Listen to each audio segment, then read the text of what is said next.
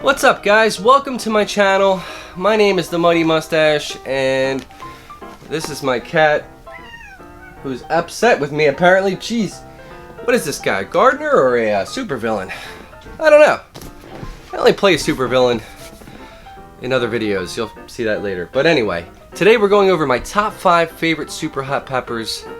We're going over some culinary applications. We're also going over why I use pots to grow my plants. And we're going to be going over why overwintering can really help you if you live in a place with a very short season. So, and also, before we get started, I just want to let you know that this is actually a collaboration video between myself and Ashley from Gardening in Canada. I'm going to try to see if I can put that video up for you. Where is it? Hey. Jesus, Ashley, you scared the crap out of me. Sorry, Mustache. Anyways, my name's Ashley and I'm from the channel Gardening in Canada. I'm a soil scientist, so I like to incorporate a little bit of science into my videos, but I'm going to be telling you the other side of the story, which is going to include how to grow peppers in Canada and what types do best for shorter seasons. So be sure to check out my channel and leave a thumbs up and a comment on the Mighty Mustache channel as well. Alright, well there you have it. Go check out Ashley and her channel after this video. Let's just dig right into this now. Okay, so first things first, why grow super hot peppers, you're asking? I have no use for them, right? I don't want to burn my face off. What would I do with that? Super hot peppers, a lot of them are called 7-pot peppers. And the reason they're called that is because, you know, basically, according to lore, they can heat up to 7 pots of soup with just 1 pepper. So think of it like buying 100 proof vodka or something. I don't know if you drink or not, but that stuff's going to last a lot longer because it's a lot stronger. You only need a little bit and it goes a long way. Same thing with super hot peppers. You can turn them into powder and you can use them as whole pods. And if you're making a large batch of soup and you want to heat it up, but you don't want to go out and buy a pound of peppers to make it, you know, warm enough for your taste, adding 1 or 2 of these could spice up the whole thing. And adding just a pinch of powder could spice up whatever you're working with. So instead of using a bunch of cayenne or a bunch of whatever, a little pinch of super hot powder will take you where you need to go. So it is useful. In fact, super hot peppers aren't even considered food, they're considered ingredients. Culinary ingredients. So that's why you would want them. So if you want to just, you know, stockpile super hot powder, it'll last you all year long, that's a good use. In fact, that's what I use a lot. I actually dry most of my peppers and I do freeze some of them, and I add a little bit at a time just to spice up what I want to spice. And if you want to play a trick on somebody or even make homemade mace or pepper spray, sky's the limit. So a couple uses for them. Now, my top 5 peppers, I'm going to go in order here. And I'll show you pictures of actually ones that I've grown myself, are the ghost pepper. Now, keep in mind, most of these do take 120 days to produce, but in my opinion, from my experience, the ghost pepper is one of the faster growing pepper plants. They usually grow faster and produce sooner than most of the other pods. So that's the ghost pepper. Now, they do have some good flavor. They're very hot. They're 1 million Scoville heat units. Number 2 on my list is the Trinidad Moruga scorpion. Also a very hot pod, ranking it at about 1.2 million Scoville heat units.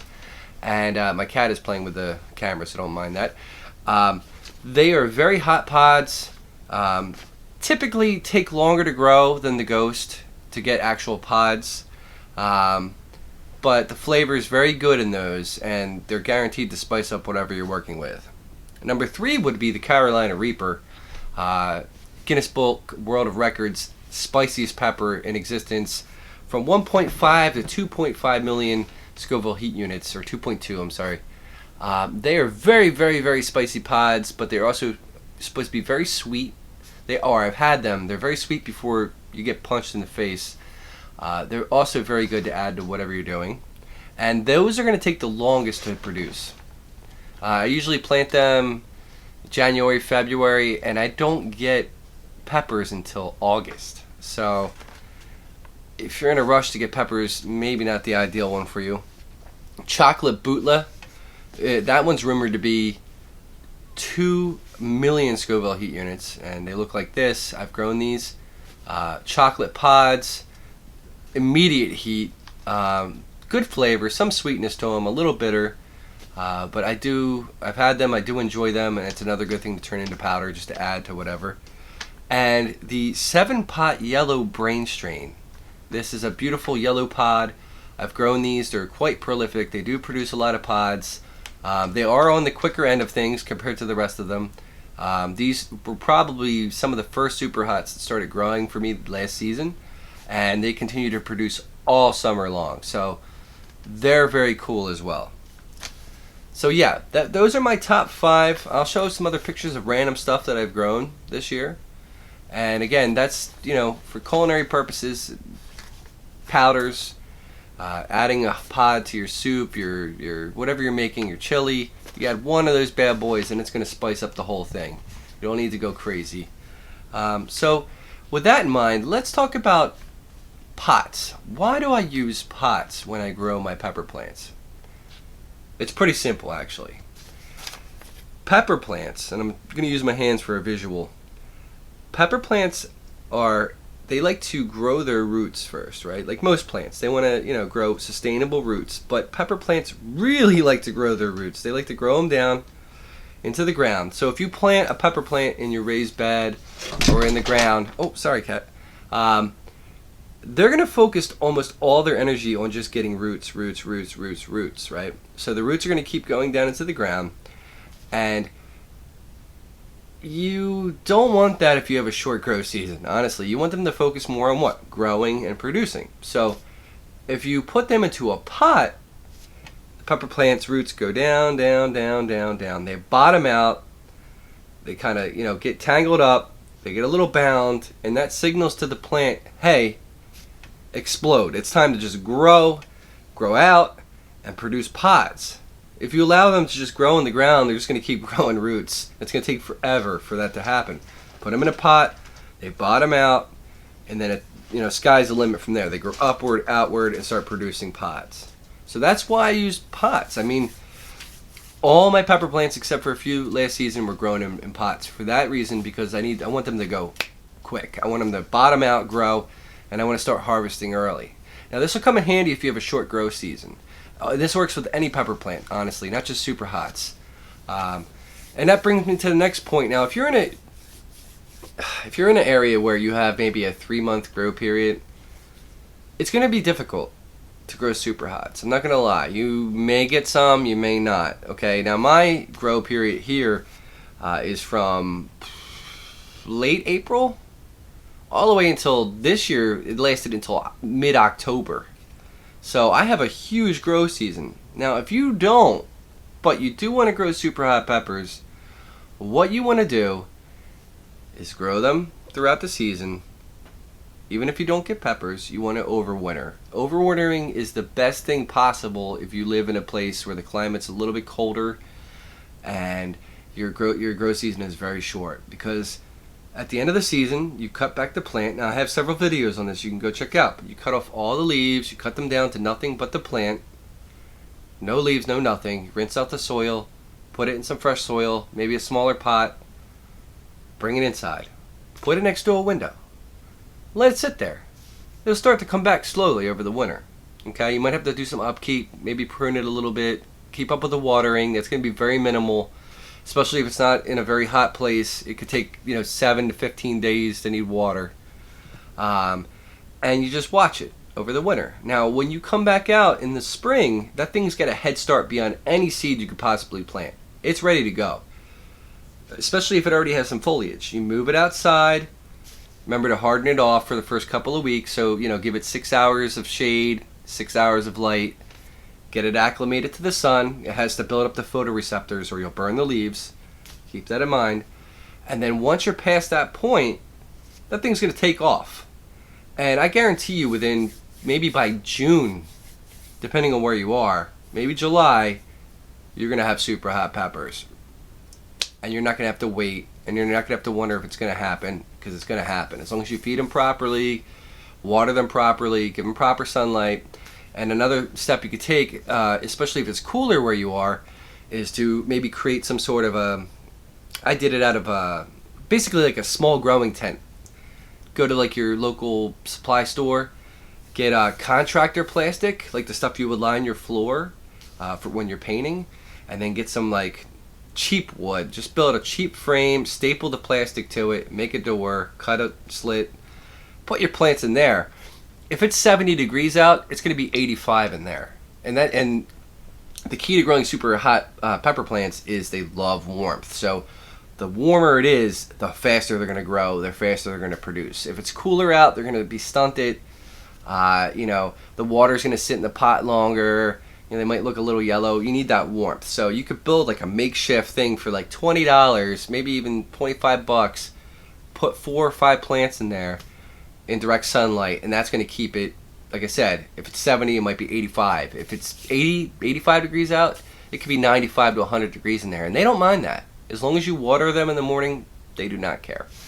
So that's the solution. If you have a short grow period, over winter, make yourself a little grow tent thingy outside, put your plants in there, and I guarantee you will have some super hot peppers. And that's generalized. You can do that with almost anything, really. Even if you're growing just jalapenos. And also, besides the super hots, if you live in a shorter grow period place, I'd really recommend growing some Thai dragons or something from the cayenne family, because those things are fast growers and quick producers. So if you're looking for a medium heat plant, besides super hots, look at any of the Thai family, like Thai dragon or cayennes, and those are going to actually produce fairly quickly, even in a short grow period, like up in Canada or wherever you're from. So those are just some options. So quick recap, those are my favorite peppers. What you can use it for culinary stuff, I went over that, powders and all that stuff. Growing in shorter grow periods, why pots are the best, we went over that. What else? I think that's pretty much it. So guys, I hope you learned something here. I know I talk a lot, and I'm extremely caffeinated right now, but yeah, these are things you can do no matter where you are in the world. As long as you get some sunlight and some warmth, you can grow super hot peppers. And there's so many varieties out now, not just what I showed you. There's even things like chocolate habaneros. You can grow them. They grow fairly quickly. They're medium. They're not like in the million range. They're somewhere around 300,000 to 400,000 Scoville heat units. Guaranteed to spice up whatever you're working with. I've grown those. Gosh, I've grown so many different things. In fact, here's a picture of what I did this year somewhere on the screen. This is my garden. The tent behind me is about 20 foot deep, and it's loaded with pepper plants, and around the tent too, loaded with pepper plants. And I technically don't even need a greenhouse, but since they love the heat so much, on an 85 degree day here, it was pushing 95 to 100 degrees inside that tent, and they love it. So you just got to make sure they get their morning watering. And guys, watering, I don't want to go off on a tangent here, is the key. When you're growing plants in general, but specifically pepper plants, watering is key. You have the early start of your season where you can go 5, 10, 15 days, I'm talking about the early part, spring, without watering them, because there's no evaporation. It's not hot out yet. They're going to hold on to that water. They might even look a little yellow. You're like, oh, what's going on? It's normal. They're just holding on to the water. But then you get to the mid-season where you're getting 85, 90 degrees, depending on your setup. They're going to need water every day. And the best time to do that, in my opinion, is right in the morning. I don't like to let water sit in there overnight. I give it to them early in the morning, let them soak up that water, and then they're going to make it through the day just on that water. And they'll make it overnight. They're not going to be sopping wet, that's where disease is going to happen. You don't want that. They're going to be just dry enough overnight. And then morning comes again. I water them all. They make it through the day. And it's just a game where you have to decide, hey, judging on temperature, judging on the size of the plant, all those things factor into how much water you're going to give them. If you have a small plant, they're not going to absorb it that quickly. So you'd have to water them on a different schedule. But if you have a full-grown plant where the roots are bottomed out, there's barely any soil left, it's mostly roots, every day. It's going to need water, especially if it's hot out. So, anyway, I ran on enough. Those are some quick gardening tips. I hope you guys enjoyed it. Go check out Ashley's video. I'm sure she has plenty of information on this sciencey side of stuff. This is just my generalized gardening information and uses. And guys, also, I have plenty of videos on making stuff with your peppers, growing peppers, making powders, making extracts. I have all those videos on my channel. Go check them out. Please like and subscribe. And as usual, guys, have a great day, have a great night, whatever time it is, have a great one.